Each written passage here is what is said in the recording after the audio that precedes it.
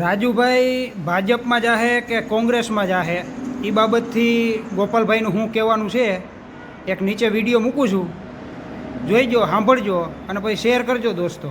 જોવો. રાજુભાઈ પાર્ટી છોડીને ગયા છે. હવે એક ચર્ચા એવી પણ છે કે ભાજપમાં પણ જશે, કોંગ્રેસમાં પણ જશે, અથવા રાજુભાઈ પોતે એવું કીધું છે પ્રેસ કોન્ફરન્સમાં કે હું બિન રાજકીય રીતે ખેડૂતો માટે અવાજ ઉઠાવીશ. તમને શું લાગે ક્યાં જશે?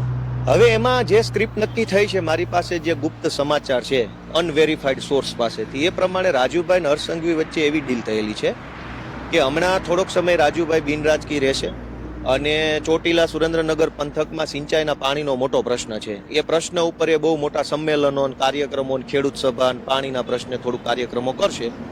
પાછલા દરવાજેથી હર્ષ સંઘવીને સરકાર એને સપોર્ટ આપશે. પછી આંદોલન થોડુંક આગળ વધે પછી સરકાર એને બાંહેધરી આપશે રાજુભાઈને કે રાજુભાઈની લડાઈ સાચી છે, સુરેન્દ્રનગરને, ચોટીલાને કે અમે આ રીતનું થાન મૂળીમાં પાણી આપશું. બેની સમજૂતી થાય અને પછી હાલો ભેરું ભાજપમાં એમ કહીને ગાડું ભરીને લઈ જવાની વાત છે. ટિકિટ ક્યાં મળે? એમને મળે તો આવું થાય તો હવે આ ટિકિટ તો આમાં શું છે, હવે મળી રહી ટિકિટ તો હવે ઉપરવાળાના એમને એટલા બધા મોટા કરશે ભાજપ. નહીં, મોટા કરવા કરતા તે શું છે, ખેડૂતોના નેતા ચિતરવાની વાત છે. પણ નેતા ચિત્રીને કંઈક આપવું તો પડશે ને ભાજપ. આપી તો દીધું, જેલમાંથી સજા માફી આપી દે, પતી ગયું ભાઈ. બધું થોડું દેવાનું છે.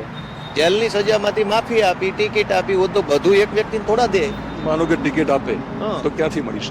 હવે એ તો એ ભાજપ જાણે, આપણે કેમ નક્કી કરીએ? એમને ટિકિટ મળે તમારી આમ આદમી પાર્ટીમાંથી રાજુ ગરબડાની સામે કોણ હોય છે? ખેડૂતો. એટલે કોણ ટિકિટ કોને મળશે? અરે ભાઈ, ખેડૂતોને મળશે. ભાજપની સામે અમારા ખેડૂતો તાકાતવાળા છે. જ્યાં ભાજપ ત્યાં સામે ખેડૂત લેખને જ મળે ને, ખેડૂતો પણ એ તો આવશે ને સમય. ધીંગાણાનો ઢોલ વાગે તેથી ખબર પડે ને. આજ ક્યાં ચર્ચા જ છે? ઢોલ તો વાગવા જો, બુંગીઓ ઢોલ આવશે તેથી હામૈયા કરતા એની ક્યાં ઉતાવળ છે?